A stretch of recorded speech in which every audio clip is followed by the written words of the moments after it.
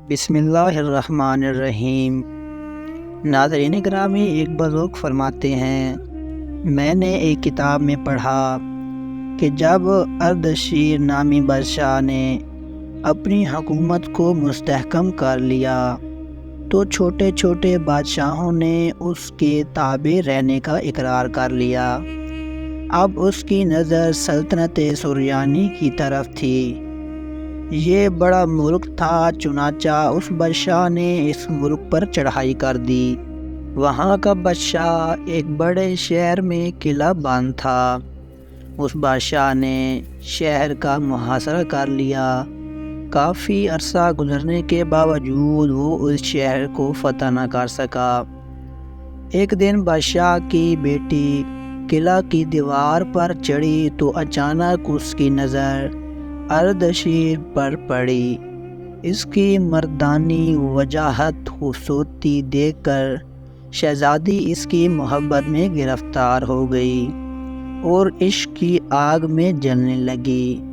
بالآخر نفس کے ہاتھوں مجبور ہو کر اس نے ایک تیر پر یہ عبارت لکھی: اے حسین و جمیل بادشاہ، اگر تم مجھ سے شادی کرنے کا وعدہ کرو تو میں تمہیں ایسا خفیہ راستہ بتاؤں گی جس کے ذریعے تم تھوڑی سی مشقت کے بعد بآسانی اس شہر کو فتح کر لو گے۔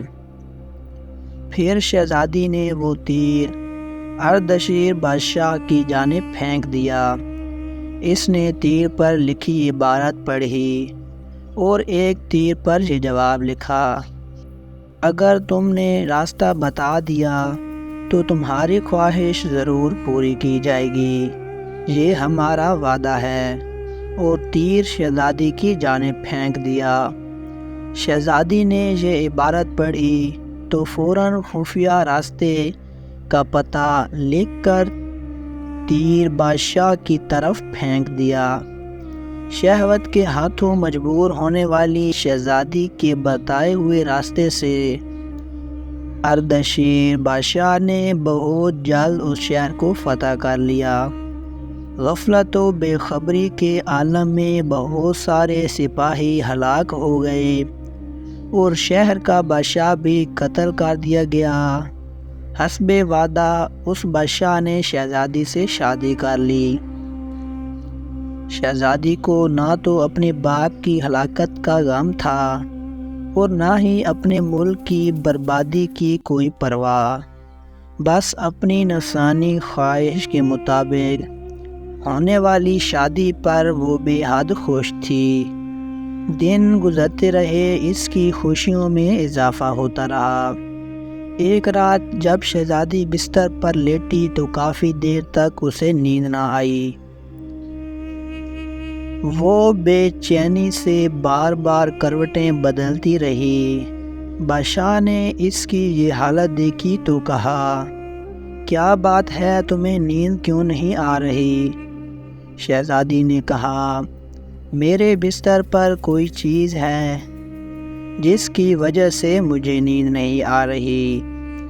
بادشاہ نے جب بستر دیکھا تو چند دھاگے ایک جگہ جمع تھے۔ ان کی وجہ سے شہزادی کا انتہائی نرم و نازک جسم بے چین ہو رہا تھا۔ بادشاہ کو اس کے نازک جسم کی نرمی و نزاکت پر بڑا تعجب ہوا۔ اس نے پوچھا: تمہارا باپ تمہیں کون سی غذا کھلاتا تھا جس کی وجہ سے تمہارا جسم اتنا نرم ہے؟ شہزادی نے کہا: میری غذا مکھن، ہڈیوں کا گودا، شہد اور مغز ہوا کرتی تھی۔